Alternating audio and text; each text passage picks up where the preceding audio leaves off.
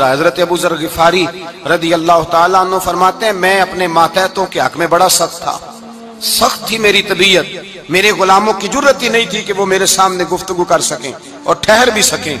فرماتے ہیں جس دن میں کلمہ پڑھنے گیا، جس دن میں حضور کی بارگاہ میں، تو میں نے کہا حضور کوئی خاص نصیحت؟ تو نبی پاک نے فرمایا میری نصیحت تیرے لیے یہ ہے کہ جیسا تو نے کھانا ہے ویسا ہی غلام کو کھلانا ہے، جیسا تو نے پہننا ہے ویسا ہی غلام کو پہنانا ہے۔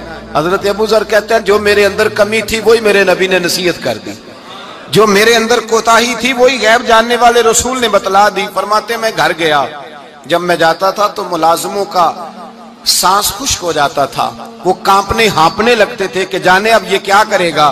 حضرت ابو ذر غفاری فرماتے میں گیا، ایک شخص سے میں نے کہا کھانا پکاؤ، کھانا پکایا، دسترخوان پہ لگایا اور اپنے سارے ملازموں کو کہا آؤ یار میرے ساتھ بیٹھ کے روٹی کھاؤ، آؤ سارے میرے ساتھ بیٹھ کے کھانا کھاؤ۔ فرماتے ہیں انہوں نے کھانا کھایا، پھر میں ان کو بازار لے گیا، جیسے کپڑے میں پہنتا تھا ویسے میں نے ان کے لیے بھی خریدے۔ فرماتے ہیں میرے غلام کہنے لگے آقا خیر تو ہے نا، خیریت تو ہے نا، کیا ہوا؟ مزاج مبارک تو ٹھیک ہے، کیا ہو گیا؟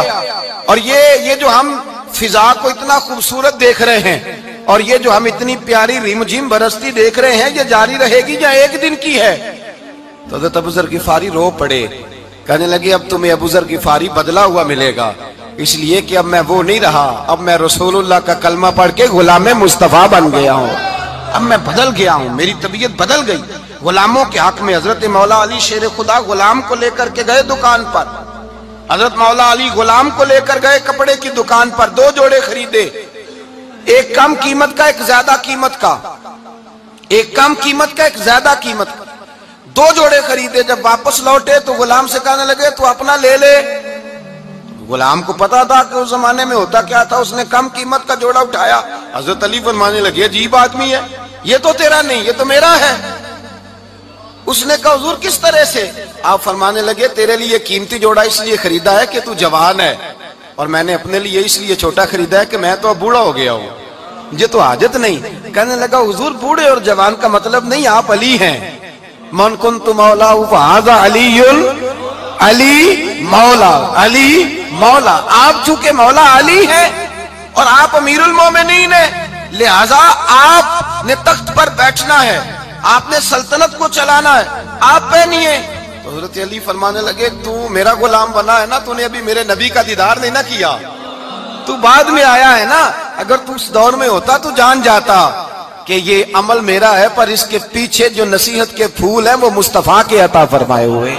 تو بھائی یاد رکھیں نبی کریم سید عالم صلی اللہ تعالی علیہ وآلہ وسلم نے تعین فرمایا مزدور کے حقوق کا، تعین کیا۔ حضرت حکیم بن حزام کہتے ہیں میں حضور کی بارگاہ میں بیٹھا تھا تو نبی پاک صلی اللہ علیہ وسلم سے میں نے کہا یا رسول اللہ آپ کو کون سا آدمی پسند ہے، کون سا محنت کرنے والا پسند ہے؟ تو حضور نے فرمایا جس کے دونوں ہاتھ کام کریں، دونوں پیر چلیں اور اس کی پیشانی پر پسینہ آئے، وہ بندہ مجھے بڑا اچھا لگتا ہے۔ جس کی پسینہ آئے، آج لوگ مزدوری نہیں کرتے، دائیں بائیں دیکھتے ہیں، لوگ اپنے اندر وہ توانائی، وہ غیرت، وہ خودداری پیدا نہیں کرتے۔ بھائی گردن کو جھکا دیتا ہے خیرات کا پتھر، جہاں میں مانگنے والوں کے سر کبھی اونچے نہیں ہوتے۔ اور ایک بار کہنے لگے غیرت ہے بڑی چیز جہاں نے تگ و دو میں پہناتی ہے یہ فخر کو تاج سردارا۔ اپنے اندر یہ توانائی پیدا کرنی چاہیے، یہ کوشش کرنی چاہیے۔ میرے نبی کریم صلی اللہ علیہ وسلم نے فرمایا تمہارے بعض گناہ ایسے ہیں جو صرف تم مزدوری کرنے جاؤ گے تو اللہ تمہاری مزدوری کی وجہ سے ہی تمہارے گناہ معاف فرما دے گا، اللہ تمہاری محنت اور کوشش کے سبب سے تمہاری ان غلطیوں سے درگزر فرمائے گا۔ حبیب کریم سید عالم صلی اللہ علیہ وسلم نے فرمایا مزدور جب قیامت کے دن آئے گا، بھئی عالم تو آیا، صوفی تو آیا، درویش تو آیا، صحابہ تو آئے، ان کا آنا تو شفاعت کے لیے شمار کیا گیا۔ میرے مصطفیٰ نے فرمایا جب مزدور آئے گا، مزدور کی سب سے بڑی غلطی یہ ہے کہ مزدور اپنے آپ کو نیچ سمجھتا ہے، مزدور کی سب سے بڑی غلطی یہ ہے کہ یہ اپنے آپ کو چھوٹا سمجھتا ہے، اس کی زیادتی یہ ہے کہ یہ اپنی سوچ کو بڑا نہیں کرتا، یہ سمجھتا ہے نہیں کہ بھئی میں تو دو ہاتھوں کی محنت کی کمائی کھاتا ہوں، یہ آرزوئے کرم اور میں آپ سے کروں، یہ بھیک اس کو دیجئے جس کا خدا نہ ہو۔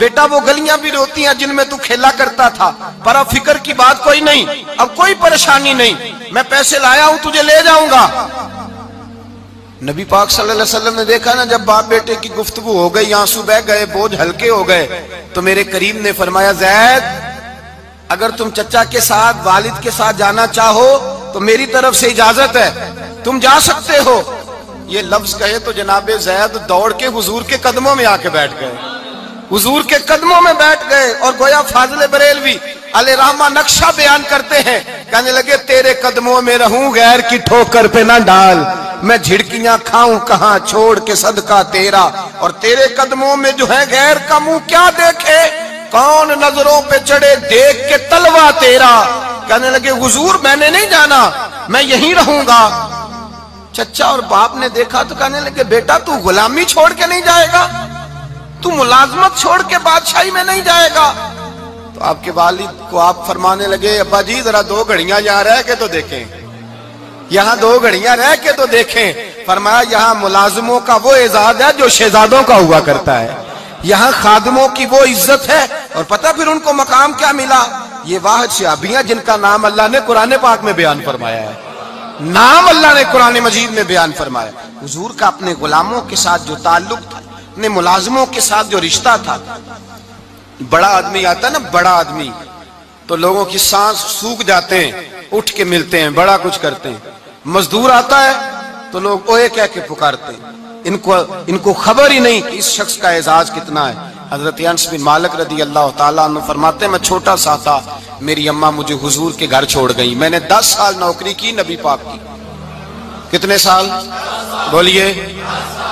12ویں دن لوگ کہتے ہیں بس بھائی ختم ہو گیا، اب فرینکنس ہو گئی ہے، اب جو مرضی تیرے ساتھ کریں گے۔ 10 سال نوکری کی میں نے، لیکن جناب انس فرماتے ہیں نبی پاک نے کبھی مجھے اف تک بھی نہیں کہا تھا، اف تک بھی نہیں کہا تھا، اف تک بھی۔ حضور نے بھیجا جاؤ فلاں آدمی کو بلا کر کے لاؤ۔ حضرت انس بن مالک رضی اللہ تعالیٰ عنہ فرماتے ہیں میں بلانے گیا، بچہ تھا چھوٹا سا، رستے میں بچے کھیل رہے تھے تو میں ان کے ساتھ کھیلنے لگا، محو ہو گیا، مجھے پتہ ہی نہ چلا وقت کا۔ حضور نے جب مجھے بھیجا تو فرمایا جلدی جانا اور جلدی آنا، اب مجھے خبر ہی نہیں، بڑی دیر ہو گئی۔ حضور وہاں انتظار کر کر کے خود تشریف لائے، کہتے جب نبی پاک آئے تو میں بچوں کے ساتھ کھیل رہا تھا، حضور نے جب مجھے کھیلتے ہوئے دیکھا، میری اچانک نظر پڑی تو میرے ہوش اڑ گئے۔ حضور نے تو کہا تھا جلدی آنا، اور میں یہاں کھیلنے لگا، یہاں اتنا الجھا کہ مجھے خیال نہیں رہا کس کام آیا ہوں۔ حضرت انس فرماتے ہیں میں ڈرنے لگا، جیسے جیسے حضور قریب آتے میری ٹانگیں کانپتی۔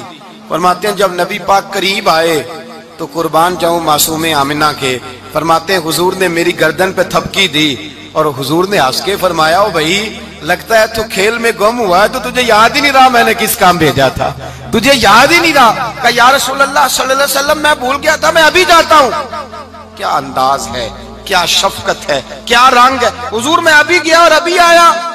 نبی پاک نے فرمایا نہیں یار تو کھیل میں خود ہی چلا جاتا ہے، تو کھیل یہاں میں خود جاتا۔ یہ اعزاز، یہ فضیلت، یہ درجہ کس نے ذروں کو اٹھایا اور صحرا کر دیا، یہ کس نے قطروں کو ملایا اور دریا کر دیا، یہ کس کی حکمت نے یتیموں کو کیا در یتیم اور غلاموں کو دنیا بھر کا مولا کر دیا، یہ کس نے اتنا۔ میرے بھائی مزدور کو حضور نے اعزاز دیا، نبی پاک اپنے ہاتھ سے کام کرنے والے کے ساتھ اس نے سلوک کرتے، محبت کرتے، پیار کرتے۔ ایک بوڑھی اماں تھی جو مسجد میں جھاڑو دینے کی مزدوری کرتی تھی۔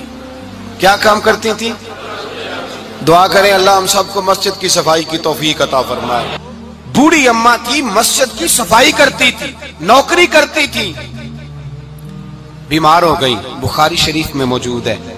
اللہ کے محبوب صلی اللہ علیہ وسلم روز تیمارداری کرنے جاتے، ایک وقت ایسا آیا کہ دن میں 2 مرتبہ حضور تیمارداری کرنے جاتے۔ ایک شام نبی پاک نے فرمایا اس کا انتقال ہو جائے تو مجھے اطلاع کرنا۔ صحابہ کہتے ہیں رات کے وقت ان کا انتقال ہوا، ٹھنڈ کا موسم تھا، ہم نے حضور کو تکلیف دینا مناسب نہ سمجھا، ہم نے دفن کر دیا۔ سویرے اللہ کے حبیب نے پوچھا تم نے مجھے اطلاع کیوں نہیں دی؟ حضور سردی بڑی تھی۔ کون جاتا ہے مزدوروں کے جنازوں میں؟ کون جاتا ہے مزدوروں کے جنازے میں؟ یہاں تو اب جنازے بھی سیاسی ہو گئے ہیں، اب تو کوئی بہت بڑا امیر آدمی فوت ہو جائے تو وہاں رش ہوتا ہے، وہاں رش ہوتا ہے، غریبوں کا تو جنازہ بھی کوئی نہیں پڑھتا۔ حضرت جناب سیدنا ابو ہریرہ رضی اللہ تعالیٰ عنہ فرماتے ہیں حضور نے فرمایا مجھے اطلاع کیوں نہیں دی؟ تمہیں اس کے اعزاز کا نہیں پتا؟ وہ مزدور تھی مسجد میں جھاڑو دیتی تھی، تم نے خبر ہی نہیں دی؟ حضور وصال ہو گیا، فرمایا چلو مجھے بتاؤ قبر کہاں ہے؟ حضور سارا کچھ جانتے ہیں لیکن یہ ساری تمہید اس لیے بیان کی کہ ایک مزدور کی شان واضح ہو جائے۔ فرمایا بتاؤ قبر کہاں ہے؟ صحابہ کہتے ہیں ہم قبر پہ لے گئے تو میرے نبی نے فرمایا صفے بناؤ میں دوبارہ جنازہ پڑھاؤں گا۔